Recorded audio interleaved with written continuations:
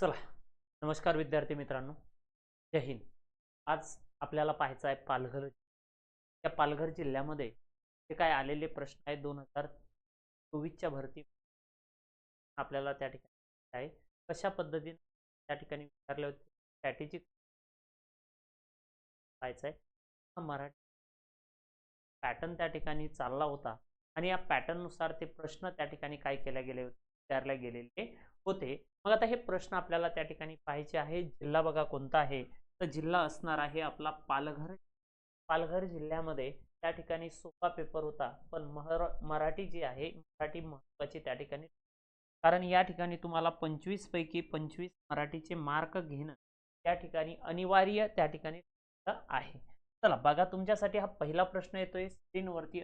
प्रश्न आहे, वचन क्रमांक काय, वचन प्रकारानुसार विसंगत नाम कोणते आहे? चुली, मुली, झुली आणि फुल.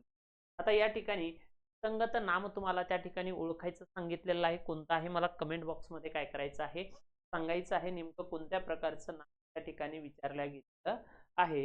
या गोष्टी काय आहेत रे बाळांनो, महत्त्वाच्या आहे आणि नेमकं कशा पद्धतीने विचारल्या गेलं प्रयत्न करायचा आहे. पहा, चूल, चुली, मूल, मुली, झूल, झुली तर फुली. फुलचं येणार नाही तर फुली त्या ठिकाणी कसं आहे, विसंगत आहे, कारण वचनानुसार त्या गोष्टी महत्त्वाच्या आहेत. चला नंतर आहे, पुढील वाक्यात आलेल्या क्रियाविशेषण अव्ययाचा प्रकार ओळखा.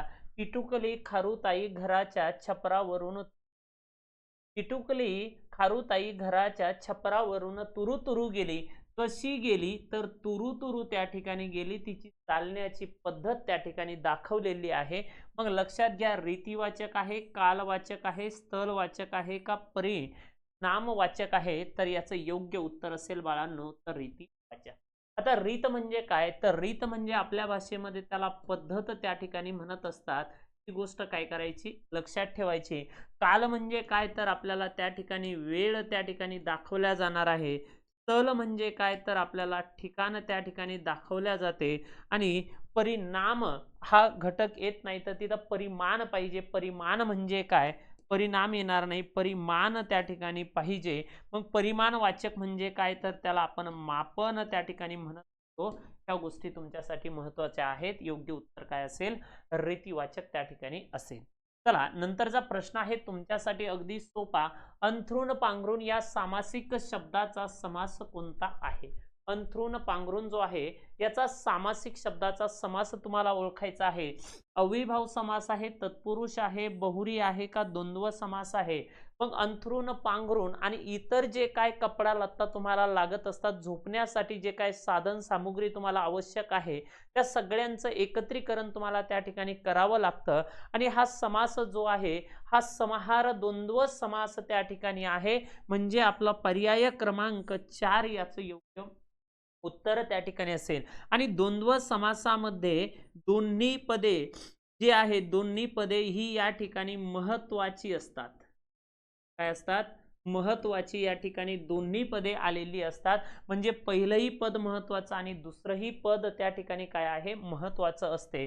बहुरी समासामध्ये तुम्हाला तिसरे पद जे आहे हे तिसरे पद या ठिकाणी महत्वाचे असते किंवा तिसरे पद मुख्य या ठिकाणी घेतले जाते.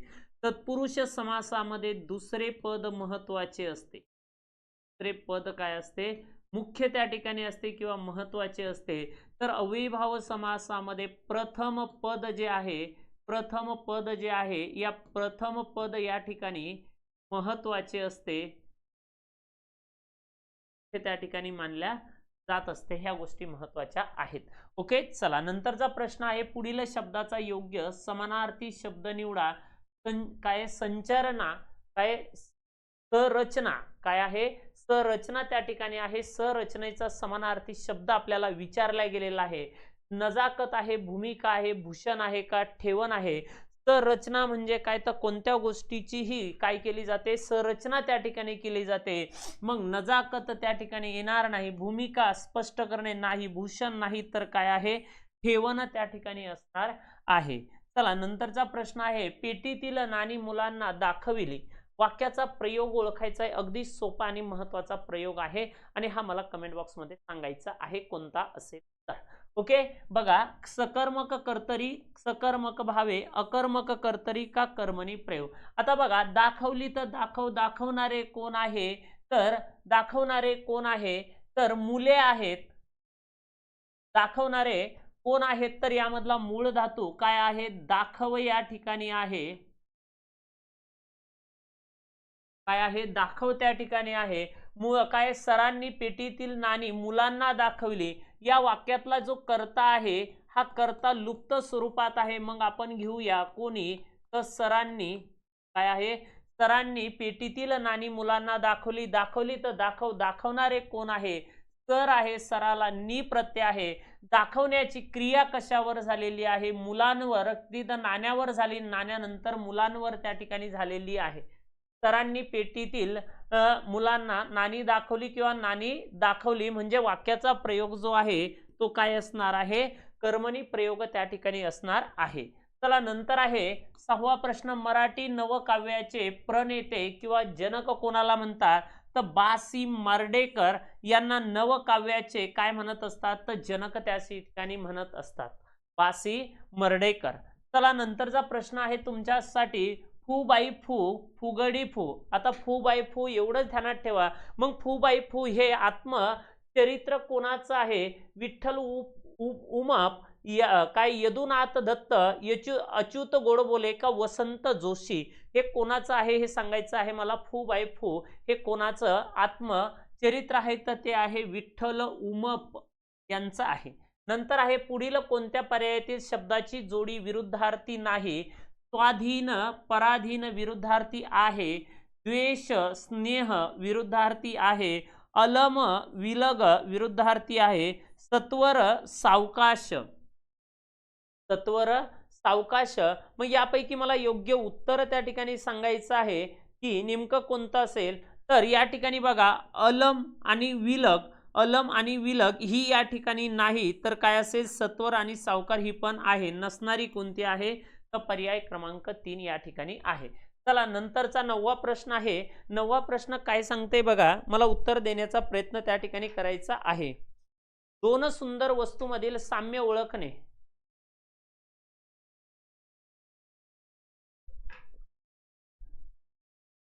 दोन वस्तूमधील साम्य ओळखणे हे कशाचं उदाहरण आहे, नेमकं काय विचारलंय, कठीण काम होते या वाक्यात कोणत्या शब्दाचा विरुद्धार्थी शब्द आला नाही, बरोबर आहे. कुरूप, भेद, सोपे का पारख, तर कोणता शब्द आहे, तर पारख या शब्दाचा विरुद्धार्थी शब्द काय झालेला नाही, आलेला नाही. नंतरचा प्रश्न आहे अगदी सोपा आणि तुमच्यासाठी महत्वाचा आहे.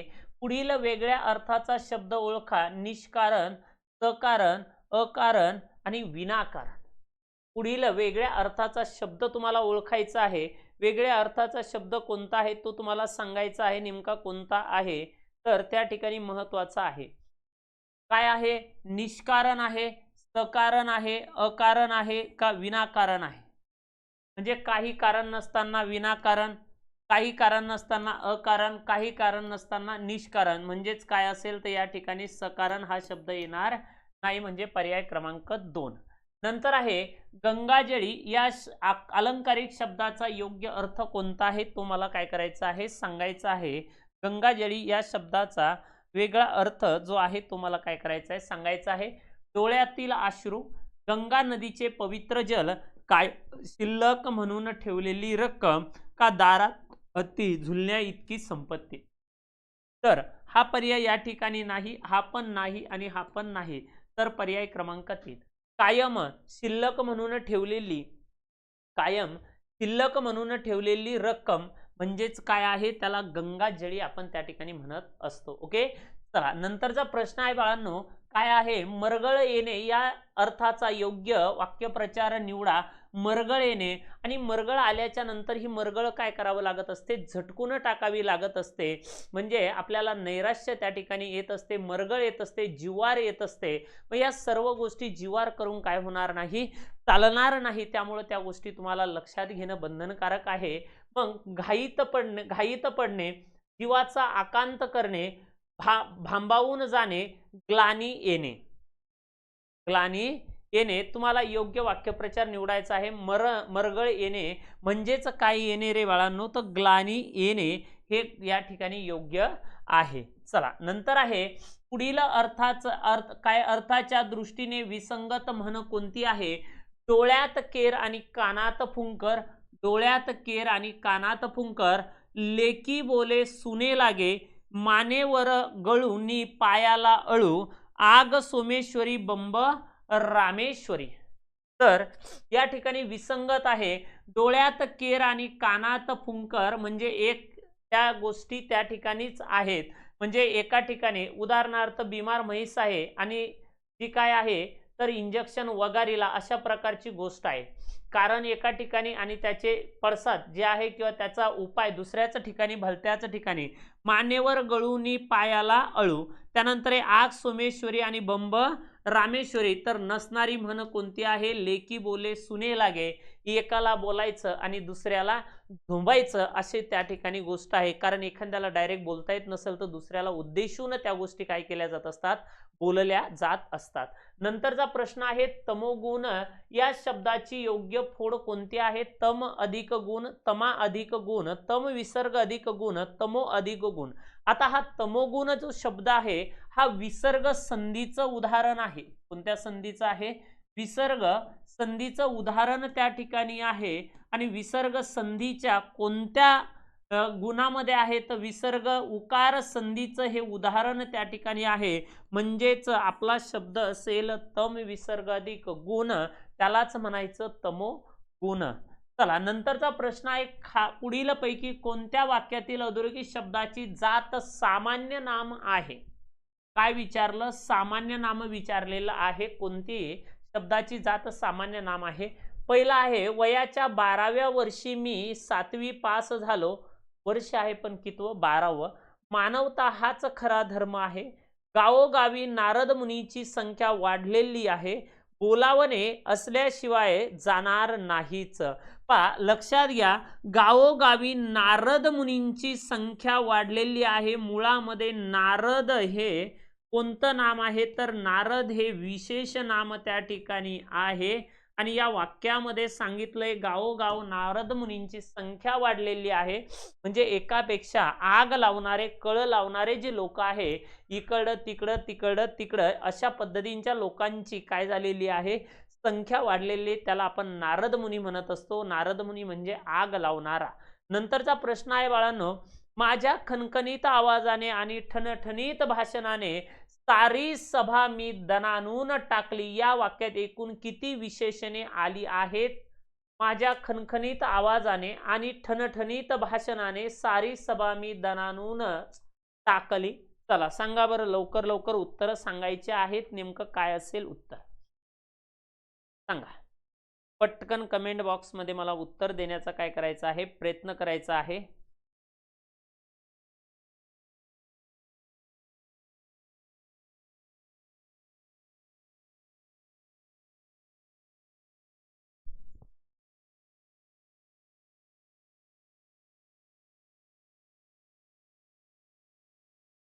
सांगा लवकर लवकर सांगा बरं.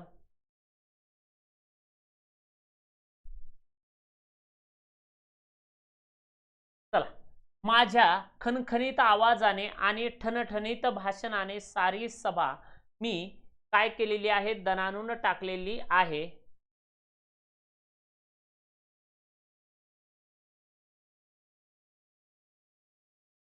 भाषण केलंय पण कसं भाषण आहे? ठणठणीत आहे. आवाज आहे पण कसा आवाज आहे? खणखणीत आहे. त्यानंतर आहे सभा आहे पण कोणती आहे? तर सारी सभा. कोणती सभा? सारी सभा त्या ठिकाणी आहे. आणि तर काय आहे? माझ्या हे पण या ठिकाणी आहे. म्हणजे अशा पद्धतीने जर आपण गेलो बाळांनो तर आपल्याला 4 विशेषण त्या वाक्यामध्ये आढळतात. ओके, चला नंतरचा प्रश्न आहे स्वच्छता हीच खरी संपत्ती या वाक्यातील क्रियापदाचा प्रकार ओळखा. स्वच्छता हीच खरी संपत्ती आहे. आहे म्हणल्याबरोबर आपल्याला लक्षात येतं की या ठिकाणी या वाक्यामध्ये शक्य क्रियापद नाहीये, प्रायोजक क्रियापद नाही, संयुक्त क्रियापद नाही, तर त्याला म्हणायचं अद्यहत क्रियापद. चला नंतरचा प्रश्न आहे मावशीने 2 तोळे सोने खरेदी केले. या वाक्यातील अधोरेखित शब्दाची विभक्ती ओळखा. सोने या शब्दाची विभक्ती मला ओळखायची सांगितलेली आहे आणि ती सांगा लवकर कमेंट बॉक्समध्ये काय असेल उत्तर. चला,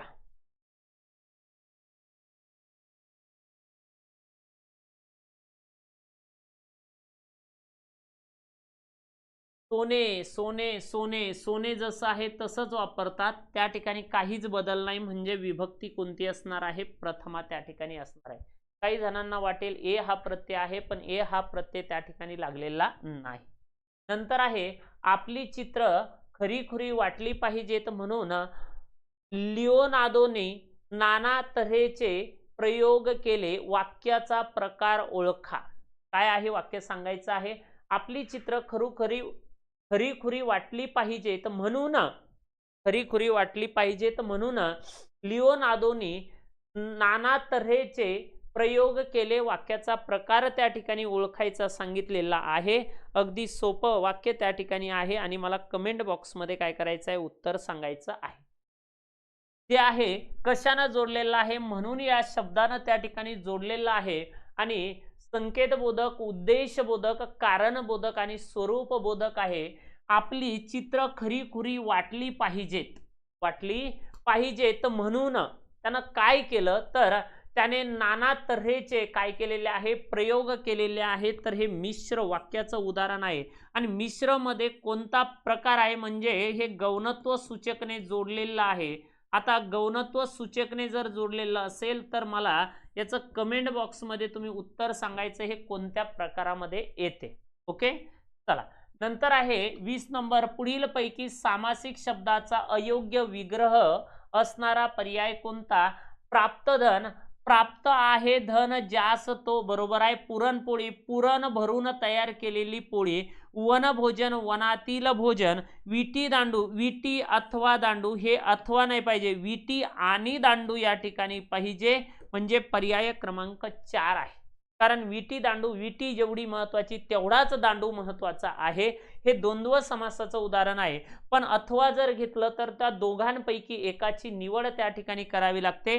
म्हणजे आपण घेऊया पास अथवा नापास. पास अथवा नापास हे या ठिकाणी काय असेल? बरोबर असेल. म्हणजे ही गोष्ट तुम्हाला लक्षात ठेवायची आहे. चला, नंतर आहे आपणच आपल्या गैरसोयी निर्माण करत असतो. या वाक्याचा काळ ओळखा. अपूर्ण वर्तमान काळ, रीती भूतकाळ, रीती वर्तमान काळ, पूर्ण वर्तमान काळ. पूर्ण वर्तमान काळ नाही, अपूर्ण वर्तमान काळ नाही, रीती भूतकाळ नाही, तर रीती वर्तमान काळ आहे. म्हणजेच त प्लस असते, असतो, असतात. असते, असतो, असतात. त्यामुळे याचा वाक्याचा काळ जो आहे तो कोणता आहे? रीती वर्तमान काळ त्या ठिकाणी आहे. चला, नंतरचा प्रश्न आहे 22वा. कावळा म्हणजे गौंडी भाषेत काय म्हणतात? कावळा म्हणजे गौंडी भाषेत त्याला काय म्हणतात? पालघर जिल्ह्याचा पेपर होता बाळांनो. पालघर जिल्ह्यामध्ये नेमकं त्याला काय म्हणतात हे मला सांगायचं आहे. काकडा म्हणतात, रवनाल म्हणतात, बारंडा म्हणतात का पोनाड म्हणतात? चला सांगा. तर या ठिकाणी रवनाल म्हणत नाही, बारंडा म्हणत नाही, पोनाड म्हणत नाही, तर त्याला म्हणतात काकाड. कावळा म्हणजे काय आहे? काकाड आहे. कावळा एकाक्ष. बरोबर आहे. आपण त्या ठिकाणी म्हणतो. लक्षात ठेवा पालघर जिल्ह्यामध्ये आहे. आदिवासींचा समूह त्या ठिकाणी जास्त आपल्याला आढळतो. त्यामुळे आपल्याला या ठिकाणी असे शब्द सुद्धा महत्त्वाचे ठरतात. आहे का नाही? तुम्ही जर पालघर जिल्ह्यामध्ये गेले तर पालघर जिल्ह्यामध्ये तुम्हाला आपल्या इकडे जसे नगर वगैरे असतात तिकडं पाडा हे नाव त्या ठिकाणी रेग्युलर वापरल्या जाते. काय वापरल्या जाते? पाडा. बरोबर आहे. म्हणजे अशा वेगवेगळ्या भाग, वेगवेगळ्या गोष्टी त्या ठिकाणी आहे. चला, शीघ्रकोपी म्हणजे काय? मोजक्या शब्दात बोलणारा, श्रम करून जगणारा, अतिशय लवकर बोलणारा, अतिशय लवकर रागवणारा. चला सांगा बरं कमेंट बॉक्समध्ये, मला उत्तर सांगायचं आहे. शीघ्रकोपी म्हणजे काय आहे?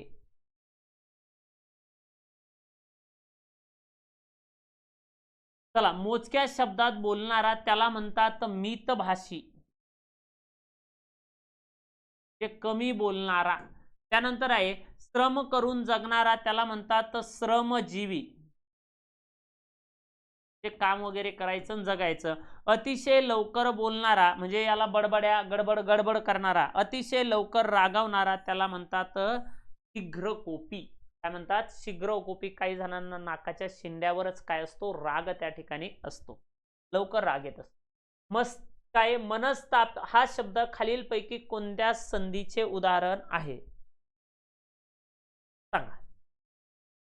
पूर्वरूप संधी, पररूप संधी, व्यंजन संधी का विसर्ग संधी? म्हणजे स्वर संधीचं हे उदाहरण नाही, हे या ठिकाणी निश्चित झालेलं आहे. सोपं आहे ना. काय आहे? मनस्ताप आहे. माझ्या मनाला काय झाला? मनस्ताप त्या ठिकाणी झाला. पूर्व येणार नाही, पर सुद्धा येणार नाही. आता व्यंजन संधी यायला तिथं पाय मोडलेला आपल्याला कुठे जाणवणारच नाही त्याचा. मन विसर्ग अधिक ताप. बघा, मन विसर्ग अधिक ताप म्हणजे विसर्गाच्या मागे अविसर्गाच्या पुढे त, तर विसर्गाचा काय झालेला आहे? स त्या ठिकाणी आहे. म्हणून हा शब्द काय तयार झालेला आहे? मनस्ताप. काय तयार झाला? मनस्ताप त्या ठिकाणी आहे. ओके, चला, म्हणजे पर्याय क्रमांक 4. नंतर आहे शहाणा, शहाणपणा. हे कोणत्या प्रकारचे नाम आहे? तर ते अगदी सोपं आहे. कोणतं आहे? भाववाचक नाम त्या ठिकाणी आहे. एवढे 25 प्रश्न आपल्याला कोणत्या जिल्ह्यामध्ये होते? पालघर जिल्ह्यामध्ये होते. चला, नंतरचे 5 प्रश्न हा आपण कालच घेतलेला आहे, जसा आहे तसाच ठेवला. रत्नछाया या संधीचं काय? रत्न अधिक छाया. नंतर आहे खालीलपैकी उष्मे नसणारा पर्याय कोणता? नसणारा श आहे, श आहे, स आहे आणि नसणारा कोणता आहे? तर ह त्या ठिकाणी आहे. त्याला उष्मे किंवा घर्षक आपण म्हणत असतो. आणि हे 3 व्यंजन जे आहेत, हे 3 व्यंजन कोणते आहे? तर ते उष्मे किंवा त्याला आपण घर्षक त्या ठिकाणी म्हणत असतो. आणि या उष्मे किंवा घर्षक यांचाच समावेश कशामध्ये होतो रे बाळा? तर कठोर व्यंजनामध्ये याचा समावेश त्या ठिकाणी होतो. कशामध्ये? कठोरमध्ये त्याचा समावेश त्या ठिकाणी होत असतो. ही गोष्ट काय करा? लक्षात ठेवा. नंतरचा प्रश्न आहे तुमच्यासाठी अगदी सोपा प्रश्न पाहायचा आहे. मराठी वर्णमालेत सध्या एकंदर रिकामी जागा वर्ण आहेत 46 नाही, 47 नाही, 49 नाही. अगदी सोपा आहे. 52 वर्ण त्या ठिकाणी आहेत. नंतर आहे ने, ए, शी हे कोणत्या विभक्तीचे प्रत्यय आहेत? सोपा आणि महत्वाचा प्रश्न तुमच्यासाठी आहे. कोणते आहेत बाबांनो? तृतीय आहे, चतुर्थी आहे, पंचमी आहे का सप्तमी आहे? तर आपलं योग्य उत्तर असणार आहे तृतीया. चतुर्थीचे प्रत्यय आहे स, ला, ते, स, ला, ना, ते, स, ला, ना, ते हे प्रत्यय आहेत. पंचमीचे प्रत्यय आहे उन, उन. त्यानंतर आहे सप्तमीचे प्रत्यय आहे त, ई, आ, त, ई, आ. अशा पद्धतीने प्रत्यय त्या ठिकाणी आहे. सप्तमीचा कारकार्थ आहे अधिकरण, अधिकरण म्हणजे स्थळ किंवा वेळ. पंचमीचा कारकार्थ आहे अपादान, अपादान म्हणजे दान किंवा भेट. चतुर्थीचा आहे त्याला म्हणायचं संप्रदान आणि तृतीयेचा आहे त्याला म्हणायचं करण. काय म्हणायचं? करण. अशा पद्धतीने तुम्हाला हे कारकार्थ सुद्धा लक्षात ठेवायचे आहे. चला, नंतर आहे सुभाष म्हणजे सर्वज्ञ, त्याला काय माहित नसते? अधोरेखित सर्वनामाचा प्रकार ओळखा. चला, प्रश्नार्थक सर्वनाम, सामान्य सर्वनाम, दर्शक सर्वनाम का आत्मवाचक सर्वनाम? सामान्य सर्वनामालाच अनिश्चित सर्वनाम म्हणतात. ही गोष्ट लक्षात ठेवा. कोणतं सर्वनाम म्हणतात? अनिश्चित. आपल्याला सामान्य माहित आहे, पण नेमकं काय कोणतं ते कधी कधी कळत नाही, समजत नाही. त्यामुळे अनिश्चित, सामान्यच अनिश्चित आणि अनिश्चितच सामान्य आहे. त्याला काही माहित नसते. कोणाला? त्याला. आता त्याला नेमका आहे कोणते सांगू शकत नाही. जो आणि तो म्हणजे पर्याय क्रमांक 2 उत्तर असेल. अशा पद्धतीने आज आपण 30 प्रश्न त्या ठिकाणी कव्हर केलेले आहेत. त्याच्यासोबत बाकीही गोष्टी घेतलेल्या आहेत. बाळांनो, व्हिडिओ आवडला तर लाईक, शेअर, सबस्क्राईब करायला विसरू नका. जिल्हा होता आपला पालघर. या पालघर जिल्ह्यामध्ये कशा पद्धतीने प्रश्न त्या ठिकाणी विचारले, लयत लय एक प्रश्न त्या ठिकाणी, एक किंवा 2 प्रश्न थोडा स्ट्रॅटेजी अवघड होती, बाकी सर्व प्रश्न जे आहेत ते ॲव्हरेज त्या ठिकाणी होते. त्यामुळे एकही प्रश्न आपला चुकता कामा नये. चला, व्हिडिओ आवडल्यास लाईक, शेअर, सबस्क्राईब करायला विसरू नका बाळांनो. परत भेटूया आपण दुसऱ्या जिल्ह्यासोबत. कोणता नवीन एक जिल्हा घेऊया, त्यात किती प्रश्न कशा पद्धतीने विचारले त्याची आपण पूर्ण सखोल माहिती यासाठी तुम्हाला या ठिकाणी आपण काय करूया, थांबूया. तोपर्यंत जय हिंद.